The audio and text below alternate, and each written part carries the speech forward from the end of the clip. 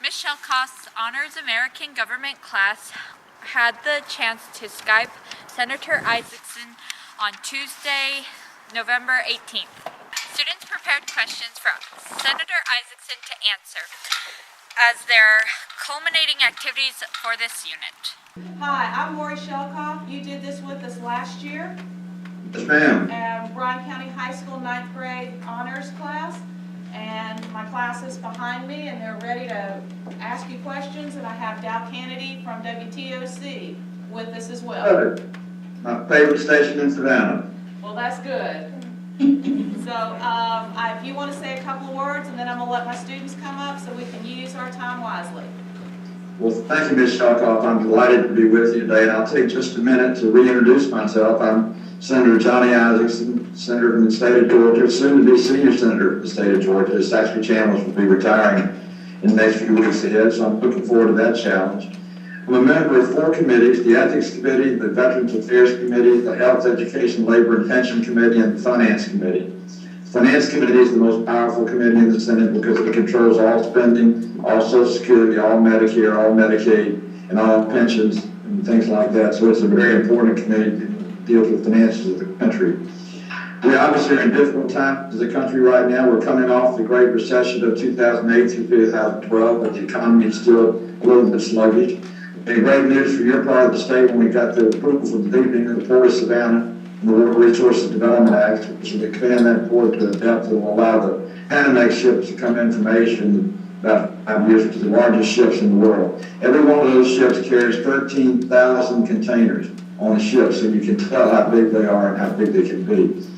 We obviously are dealing with the outbreak of Ebola in West Africa, with the United States playing a leading role in trying to stop that outbreak and not let it become a worldwide contagion. It is a very dangerous disease for which there is no known cure, although Emory University and the CDC in Atlanta have done a great job of saving 5 patients in Atlanta who came to this country, came back from West Africa with Ebola, and they've been saved through the new techniques that they've developed at Emory. So we had a lot of issues going on. The holiday seasons are coming up. I know this is an AP class, and I remember from last year how smart you guys are. So you got to be just as smart as the ones who were last year that asked me questions. And Ms. Shelkoff, I'm delighted that you had me come back on the show today.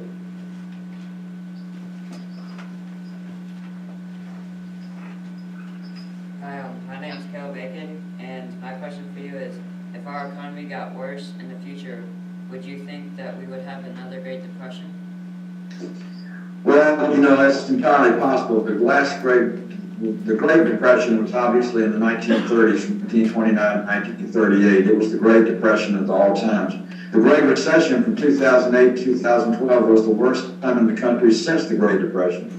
And it could happen again. And both depressions happened because of loosey-goosey credit, loosey-goosey underwriting, and businesses not paying attention to what they should be paying attention to. And we made bad loans, created bad debt, created false sense of security in the American people, and the markets tanked and the economy went down. So I would say to all of you, there's some lessons to be learned for all of us to avoid the recession. One, you can borrow, but borrow wisely. Don't ever get in so much debt that you can't pay it back or you can't afford your debt. Second, if you're loaning somebody money, make sure they're capable of paying it back, or make sure that they can pay you back in a timely fashion. And number 3, don't overextend yourself to a point that you become a burden to your own debts and your own deficits. That's what happened with the country. That's what caused the Great Recession. That's what will cause the next one if it comes about. Good question.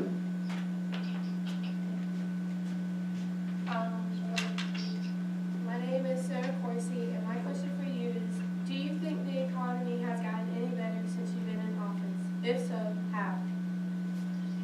Well, it depends on when you started talking about me getting in office. I was first elected in 1976, and it's definitely been better since 1976, although we've had 4 recessions in those 40 years since I've been in office. Recessions are a natural part of the process, but the Great Recessions, like the one we referred to in 2008, 2012, is a real danger. So we are improving. Hopefully the economy is going to be even better, and we're in a better place now than we were in 1976, but we had low points and high points between there that were better and worse along the way. That's what the economy is. It's never static. It's never stagnant. It's always up, always down. You want to catch it on the upside every time you can and be more prosperous that way. Thank you. Good question. Number 3.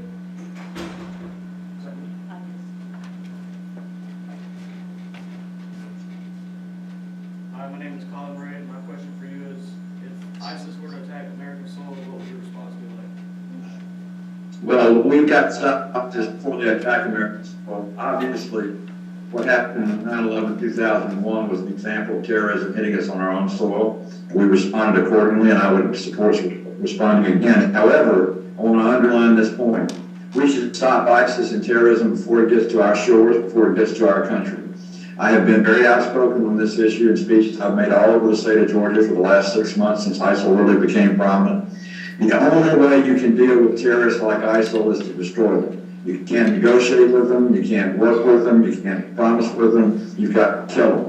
It is a dangerous evil, it is the ultimate war between good and evil in the world, and we need to deploy what necessary manpower, necessary personnel, and necessary equipment is to take out ISIL in Iraq and in Syria before they spread any further. They are the greatest single threat to the security of the world. Terrorism is a terrible evil which must be confronted. The United States has got to be strong, and we've got to do it. And I want to confront them in the Middle East, not on our own shores. Okay, my name is Shari Trice, and if the bill were to be presented to the Senate, how would you vote on the right to die if someone were to suffer from an incurable illness? Well, we have a law now in Georgia, and this is up to the states. Oregon, of course, has the most liberal law where they have assisted suicide laws. Georgia's law is a durable power of attorney or a living will where you can determine when you're of sound mind and body what you would want to be done, the doctors to do in case you became in an incurable state or had an irreversible cessation of brain waves. I tell everybody it's important for every Georgian of legal age to have a durable power of attorney or a living will to say what their wishes would be if they ended up being on a ventilator, had a loss of brain waves, loss cessation of brain function, or anything like that. You need to let doctors know to give them the authority as to what to do, or give your loved ones the authority as to what decision to make. And I fully support the living will and the durable power of attorney law that's in Georgia. I think it's the right thing to do, and I encourage all of you to discuss it with your parents and talk about it, because every adult should have a living will and a durable power of attorney to save their loved ones the grief of having to deal with them if they're in an incurable state. I'm Trinity Curry. If the Republican Party in Congress gets rid of the Affordable Care Act, what will replace it, and will the Americans who are on short diet get another plan equal to or better than the one they have now? Well, what we need to do is go back to where we were before the Obamacare bill passed, and we need to restore those things that were good in the Obamacare bill and repeal those things that were bad. The worst part of Obamacare was it really directed us to a single-payer government health care system which removes competition, removes innovation, and has caused lots of problems, and I'm totally opposed to it and didn't vote for it. There were some good things in the bill. The pre-existing condition is no longer a reason to keep somebody from getting insurance, and that was a godsend and a blessing. We created a national risk pool. We made sure if somebody had a pre-existing condition, they could still get insurance. We could do it at an affordable rate. That was a good thing. Allowing young people up to the age of 26 to stay on their parents' health care plan as long as they lived at home was a good move for young people starting out after they get out of school and going to the workplace. But most of the Obamacare law was a repeal of existing health care and a direction of health care into a single-payer government system, which I'm totally opposed. I want to return us back to a competitive free enterprise system where health care providers, insurers, and companies are in charge of their destiny in terms of health care. Good question. My name is Summer Tilley. What is going to happen to our education if President Obama signs an executive order of amnesty to millions of immigrants, since our school system's funds are already cut to the bare minimum? Well, if President Obama does what is rumored he's going to do on Friday, which is give amnesty of sorts to 5 million illegals returning in the country, it's not just our educational system that's going to strain under the burden, but it's our healthcare system, our social service system, our welfare system, and our community support system. All the 5 million more additional people piled on to the ones that are already there is a real drain on the taxpayer and a drain on local communities. The president should not grant amnesty. We should reward people to come to America the right way and the legal way. We should never give them a reward for coming here the illegal way. And it would not just be the educational system that was burdened, but it would be all social services, plus the taxpayer would have to pay the price. My name is Ashley Windsor. I was wondering what changes you would like to see in education. Well, first of all, I think education is best controlled at the state and local level. I don't think a national education policy and micromanaging education over the 50 states is the role of the federal government. The federal government's role is really defined in only two laws. One is the Individuals with Disabilities Act, which is IDEA, which makes sure that a kid with disability has an equal access to a quality education as a child that is not. And the other is Title I, which is funds coming from the federal government to help those in poverty have free and reduced lunch programs and their early education and early childhood development money. Beyond that, the federal government has no role. The local board of education in Bryan County and the state board of education or whatever educational policy ought to remain. And the best schools in America are the schools where the teachers and the parents work together for the benefit of the kids. And every teacher deserves the credit for the job they do, and every teacher deserves a classroom full of kids whose parents are engaged with their education. If you have parental involvement in education and dedicated teachers, you're going to have a good education system, and that's determined by the local board of education in assistance with the state. Hi, I'm Willow Leva. Beginning next term with the House and Senate having a Republican majority, do you think there would be more accomplished? Well, that's a great question, and I want y'all to pay close attention to this. In the last 75 years, the two most effective presidents of the United States were Ronald Reagan and Bill Clinton. Both of them had one thing in common. The party that they were a member of was not the party that controlled the legislative branch. When Bill Clinton was president, the Republicans controlled the House and Senate. When Ronald Reagan was president, the Democrats controlled the House and Senate. Both of those times where you had a balance of power, you had the most productive Congresses and the most productive administration. Give you an example. Ronald Reagan, with a Democratic House and Senate and a Republican president, passed the Social Security reform and saved Social Security, reformed the entire tax code, and did the reform of immigration policy in our country. Bill Clinton, as President of the United States, did welfare to work and reformed our social service system in concert with the Republicans. So oftentimes divided government is the best government because it forces you to sit at the table and find common ground. When one party dominates the whole system, whether it's Republican or Democrat, you end up with too much of a tendency for Lord Acton's phrase to come true. Lord Acton said that absolute corruption is corrupted when you have an absolute majority of one party in Congress. We don't need that. We need a balance of power. And I think the next 2 years are going to be very productive. My name is Aaron Hodge, and my question for you is, when you were our age, did you imagine or dream about becoming a senator and being where you are today? Not in my wildest dreams did I dream that when I was your age. And I remember, I guess y'all are, what, 13 to 14, is that right? 15? Yes. No, I was dreaming of hopefully being a Major League Baseball player. That's kind of what, that was my dream when I was 13 or 14 years old. I never thought I'd get to the Senate.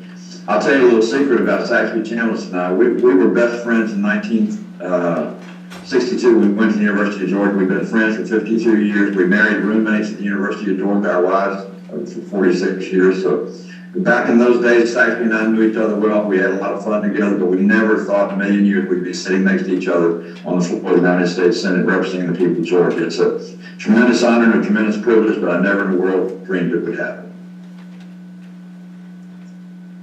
Hi, my name is Kara Burnson, and I was wanting to know how you knew you were more Republican than a Democrat.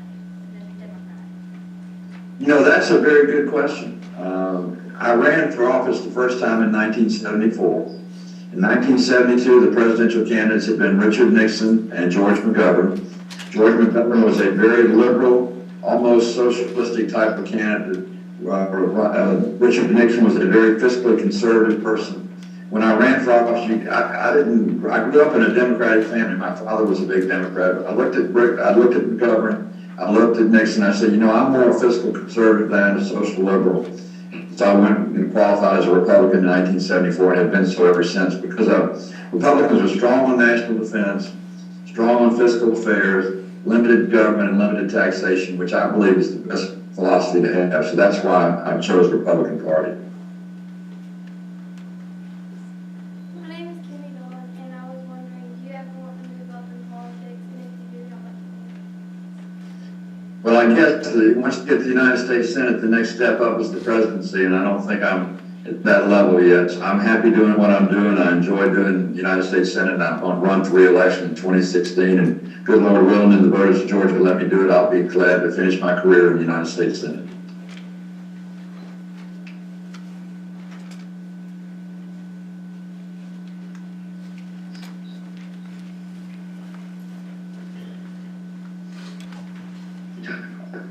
Yes, sir.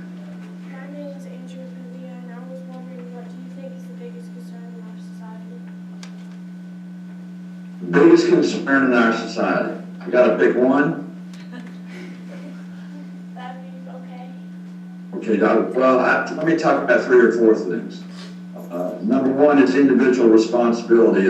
I think we have a problem with so many people today who aren't responsible in controlling themselves by the way they handle themselves, by the way they're disciplined, by the way they do, whether in business or in school.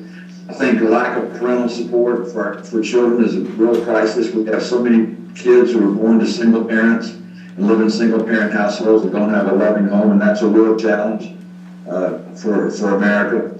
We have obviously the threats of ISIL and threats overseas of terrorism. We have the concerns that were expressed in the questions you've asked about another great recession if we were to have it. But the greatest single problem the country has today is a lack of self-discipline by a lot of people. Not everybody, certainly not yourselves. You're model students and AP students in government. That's terrific. Credit to you and your ability and your initiative. But personal initiative is important, self-discipline is important, and there's a great deal lacking of that in the United States today. We need to do more to bring about self-responsibility and self-discipline. My name is Kayla Newman, and I would like to know if your religion has affected any of your decisions. Well, I've been a Christian since I accepted Jesus at the age of 12 when I was in confirmation class in the United Methodist Church. And obviously, if you have faith, your faith is the guiding principle of what you do, and it affects the decisions that I make and the things that I believe in, because I'm a person of faith. But I also realize I represent people of all denominations as well as people who have no faith. And so I've got to make decisions based on what's in the best interest of all the people. But if you have the teachings of Jesus and the principles of Christian faith behind you, you'll always make the right decisions. My name is Emily, and I was wondering what your position was on religion in school. I believe in the Constitution, which separates church and state. The Constitution says you're free to speak, free to worship as you see fit. I don't think schools should teach one religion or a singular religion. I think that every student ought to be free to practice their own religion. I do think a lot of this business of not doing the Pledge of Allegiance, not doing prayers in school, not doing things like that is an overreaction to the separation of church and state. But let all be that. I respect everybody's religion, everybody's faith, and I respect our Constitution to protect your right to worship as you see fit.